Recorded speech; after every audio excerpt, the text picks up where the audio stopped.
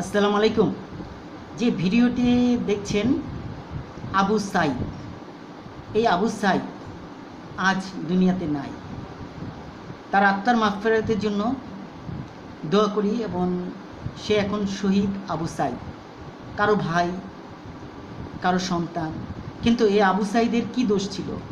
কোঠার বিরুদ্ধে আন্দোলন করতে যায়, সে কিন্তু বুঝতে পারে নাই সে যে বুলেট বিদ্ধ হবে সেটাও বুঝতে পারে নাই। কারণ রাবারের বুলেট যেভাবে কাছ থেকে মারলে মানুষ মারা যায়, সেই রাবারের বুলেট দিয়ে তাকে মারা হয়েছে। একজন পুলিশ সে এ অধিকার কিন্তু নাই। জনগণের টাকায় পুলিশ চলে, সরকারের টাকায় না। কিন্তু সরকারের গোলাম হিসেবে পুলিশ যে কাজটা করছে, জনগণের কে শুধু মারে না, দলীয় দলকে মারে না। শিক্ষার্থী এক ভাই যে আবু সাইদ আজ শহীদ, এই শহীদ আবু সাইদ কী দোষ ছিল তার?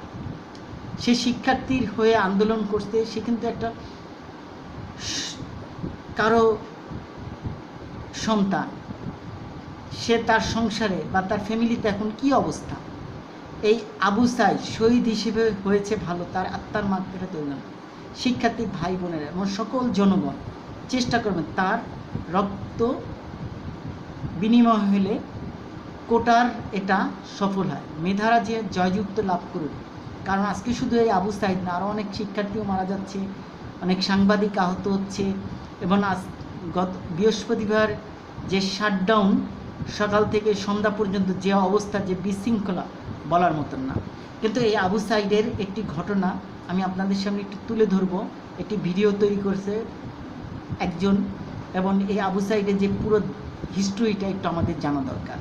এটির জন্য আমি একটু আপনাদেরকে ভিডিওটা ঘুরিয়ে আনি, কারণ এর সম্পর্কে জানলে অনেক কিছু তথ্য বের হবে। আবু সাইদ সম্পর্কে এই ভিডিওটা আমি তৈরি করলাম আপনাদের সামনে। এটা একটা জাতির বিবেকের কাছে প্রশ্ন, জাতির বিবেকের কাছে প্রশ্ন, কি দোষ ছিল আবু সাইদের? আজকে আবু সাইদ শহীদ, তার আত্মার মাগফিরাতের জন্য আমরা সবাই দোয়া করব এবং তাকে বৃথা হতে যাব না। 2024 সালে এই ঘটনা প্রমাণ করে দিল 1952 সাল। 1952 সালের অবস্থা আমিও দেখি নাই, আমরা অনেকেই দেখিনি, কারণ 1952 সালে আমাদের জন্ম হয় নাই। কিন্তু 2024 সালে যে ঘটনাটা, 1952 সালের কথা মনে পড়ে যায়। 1952 সালে বেশ কিছু ভিডিও আমি দেখলাম, তাতে মনে পড়ে যায় ঠিক কীরকম অবস্থা। 1975 সনে বঙ্গবন্ধুকে কেন হত্যা করে তারও কিন্তু প্রমাণ পাইছে। আজকে প্রধানমন্ত্রী শেখ হাসিনাও ঠিক তার পেটোয়া বাহিনী পুলিশকে দিয়ে যেভাবে অত্যাচার করতেছে একজন শিক্ষার্থীর গায়ে গুলি দেয়। কারণ এ তো কোনো রাজনীতি দলের না, আবু সাইদ কোনো রাজনীতি দল না, সে একজন সাধারণ শিক্ষার্থী, সে আমার ভাই, সে কারো না কারো সন্তান। তারও ইচ্ছা ছিল, তারও অনেক ইচ্ছা ছিল সে দেশের জন্য বাইরেছে, কিন্তু আজকে দেশের জন্য কথা বলতে যায় তাকে শহীদ হতে হবে পুলিশের হাতে। ভিডিওটা থেকে একটু ঘুরে আসি, ভিডিওটা না টানে, যার চ্যানেলটি এখনও সাবস্ক্রাইব, তার চ্যানেলটি সাবস্ক্রাইব করুন ও বেলাইকনে ক্লিক করুন এবং ভিডিওটা পুরোটা দেখার চেষ্টা করুন।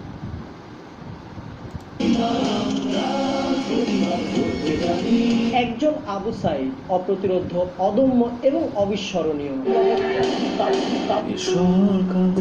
তার ঠিকানা এখন মাটির নিচে, 3.5 হাত মাটির মধ্যে। তিনি হয়েছেন শহীদ। এখন কথা হচ্ছে তিনি কেন মারা গেলেন, তিনি কত দূর হলে সাইদ ভাই আসলে বুঝতে পারেননি তারই মতো এক বাঙালি, তারই এক জাত ভাই তার দিকে রাবারের বুলেট ছুঁড়ে মারবে। কথাটা একদম সত্যি, আবু সাইদ বুঝতে পারে নাই বুলেটটা যে এভাবে লাগবে এবং বুলেটটা এভাবে পরপর যে গুলবে, তারই এক ভাই তাকে মেরে ফেলবে, এটা আবু সাইদ বুঝতে পারে নাই। কিন্তু তারপর আবু সাইদ দেশের জন্য অমর হয়ে থাকবে, কারণ সে শহীদ হলো এবং মেধার পক্ষে সে লড়ছে। তার দোষটা কোথায়? সে কোঠার বিরুদ্ধে করছে দেখে। এবং তার মা বাবার আজকে কী অবস্থা, দেখতে থাকুন ভিডিওটি, না টেনে পুরো শেষ পর্যন্ত দেখবেন। সাইদ ভাই আরো বুঝতে পারে নাই রাবারের বুলেট কাছ থেকে গায়ে লাগলে সেটা কতটুকু ভয়ঙ্কর হতে পারে। এখন একজন অসহায় দরিদ্র বাবার বুক ফাটা হাহাকার এবং তার ক্ষত স্থান কিভাবে ঠিক হবে।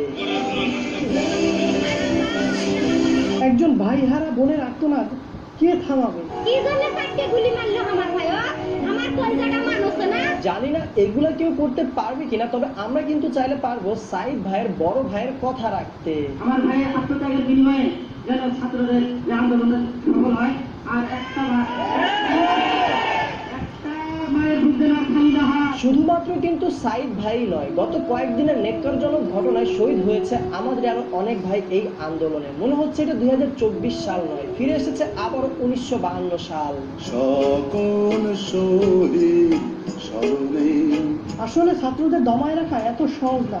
যদি ছাত্রদের দমায় রাখা যেত তাহলে আমাদের মাতৃভাষা আজ উর্দু থাকতো। তারা রইল কপাট, তারা রইল কপাট। কিন্তু এই জায়গায় সব থেকে কষ্ট পাওয়া, সব থেকে হতাশার এবং সব থেকে দুঃখজনক বিষয় হচ্ছে ছাত্রদের এই যৌক্তিক আন্দোলনে এই নিরীহ এবং নিরস্ত্র ছাত্রদেরকে মারছে অন্য একদল ছাত্র। মানে এটা কেমন স্বভাব ভাই? এমন দেশটি কোথাও খুঁজে। পাঁচ, এটা আপনি জীবনে বড় কিছু করতে পারবেন না। আপনি আজকে যেই কাজ করছেন অবশ্যই তার কর্মফল আপনি ফেরত পাবেন, সেটা এই জীবনে হোক কিংবা পরকালে। সামান্য একটু ক্ষমতা পাওয়ার আশায় কখনোই আপনার হিতাহিত জ্ঞান কিংবা বিবেককে ফেলে দিবেন না।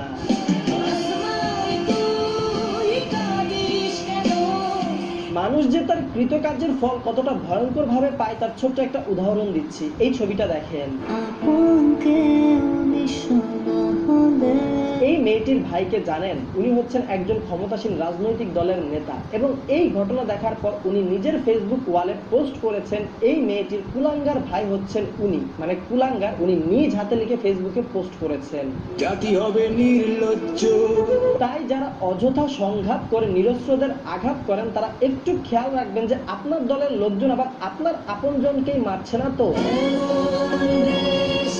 এখন একটা বিষয় কি জানেন? এই কোটার জন্য যে এত আন্দোলন, এত হতাহত, এত সংঘাত, এত ঘটনা ঘটে গেল, এই কোটা প্রথা সংস্কারের জন্য কিন্তু স্বয়ং বঙ্গবন্ধু শেখ মুজিবুর রহমান দাবি তুলেছিল। তাহলে এখন কেন এত নাটকীয়তা? বাংলার ছাত্র সমাজ কতই না অদ্ভুত, তারা কত অদ্ভুত অদ্ভুত ধরনের অধিকার আদায় করার জন্য আন্দোলন করে। এই যেমন ধরেন না, নিরাপদ সড়ক পাওয়ার জন্য আন্দোলন, কখনো জীবনে নিরাপত্তা চেয়ে আন্দোলন, কখনো আবার মেধা এবং যোগ্যতা নিয়ে চাকরি থেকে আন্দোলন। অথচ এগুলো সবগুলাই মৌলিক অধিকার। আফসোস কয়েকদিন ধরে জানি সবার ফেসবুক স্ক্রল করতে কষ্ট হচ্ছে, কারণ ফেসবুক স্ক্রল করলে যা যা দেখা যাচ্ছে তা হজম করার মতো না। এই যৌক্তিক আন্দোলনের একটি যৌক্তিক সমাধান কামনা করে আজকের এই ভিডিওটা শেষ করব। তবে ভিডিওটা শেষ করব সাইদ ভাইয়ের একটি স্ট্যাটাস পড়তে পড়তে। যদি আজ শহীদ হই তবে আমার নিথর দেহটা রাজপথে ফেলে রাখবে। ছাত্র সমাজ যখন বিজয় মিছিল নিয়ে রুমে ফিরবে তখন আমাকেও বিজয় ঘোষণা করে দাফন করবে। একজন পরাজিতের লাশ কখনো তার মা বাবা গ্রহণ করবে না। এখন আপনাদের কাছে একটি প্রশ্ন রেখে এই ভিডিওটা শেষ করছি। প্রশ্নটির উত্তরটি আপনারা কমেন্ট বক্সে লিখুন। প্রশ্নটি হচ্ছে, তুমি কে, আমি কে? অবশ্যই তুমি কে আমি কে, এই প্রশ্নের জবাব আজকে সরকারকেই দিতে হবে। তুমি কে আমি কে, এই প্রশ্নটার সাথে কিন্তু এখন গানও বেরোচ্ছে। একজন প্রধানমন্ত্রী শিক্ষিত হয়ে তার এ ধরনের কথা বলা উচিত হয় না। আজকে শিক্ষার্থীদেরকে খেপিয়ে কী লাভ? শিক্ষার্থীরা এখন কঠোর আন্দোলনে গেছে, শাটডাউনে গেল।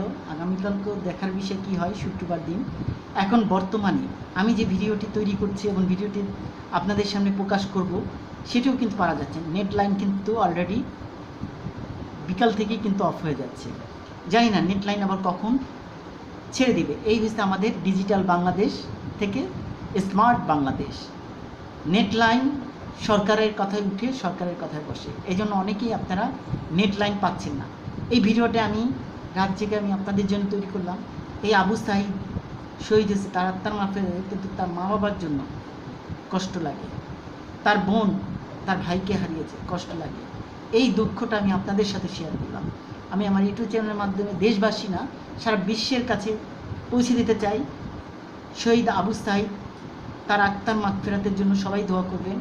সে শহীদ হয়েছে, তার রক্ত যেন বৃথা না যায়, কোটার সম্পূর্ণভাবে বন্ধ হয়ে যায়, মেধা জয়লাভ করুক, সেটাই আর এখন চাই। শিক্ষার্থীরা জয়লাভ করুক। শিক্ষার্থীদের প্রতি আগামীকাল জুম্মার নামাজে সবাই বিশেষভাবে দোয়া করবেন, শিক্ষার্থীরা যেন সফল হয়।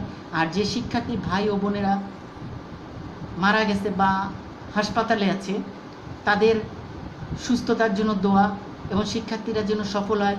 শিক্ষার্থীদের সাথে যে পথচারী, সাংবাদিক, মিডিয়া ভাইরা যারা আহত হয়েছে বা নিহত হয়েছে তাদের জন্য দোয়া করা হবে, দেশবাসীর জন্য দোয়া করা হবে। আগামীকাল শুক্রবার জুম্মার নামাজে সবাই বিশেষভাবে দোয়া করবেন। এই দেশ স্বৈরাচারের হাত থেকে যেন রক্ষা পায়, গণতন্ত্র যেন আবার পুনরুদ্ধার হয় এবং গণতন্ত্র যেন আবার ফিরে আসে। আওয়ামী লীগের, ছাত্রলীগ, যুবলীগ আর কোনো জনগণকে যেন গুলি না করে, তাদের বিবেক, মনুষ্যত্ববোধটা যেন জেগে ওঠে, তারা যেন আর কোনো ভাইয়ের রক্ত যেন না ঝরায়। আর কোনো ছাত্রলীগ, যুবলীগেরও এরকম যদি অবস্থা হয় তাদের ধারে কাছে আপনারা যাবেন না, তাদেরকে ঘৃণার মুখে দেখা উচিত। এবং যে পুলিশ ভাই করছে সেও সবচেয়ে খারাপ কাজ করছে, তারও লাশ দাফনে আপনারা যাবেন না। যে পুলিশ ভাই যদি কখনো মারা যায় ওই পুলিশেরও লাশ দাফন করতে আপনারা যাবেন না, কারণ পুলিশও অমানবিকভাবে শিক্ষার্থীর উপর গুলিটা করেছে। সেই পুলিশের দৃষ্টান্তমূলক বিচার হওয়া উচিত। আমাদের এই দেশের মাটিতে কি পুলিশের কি বিচার হবে? কারণ পুলিশ এত বড় অপরাধ করবে কেন? জাতির বিবেকের কাছে প্রশ্ন। ভালো থাকুন, সুস্থ থাকুন, খোদা হাফেজ।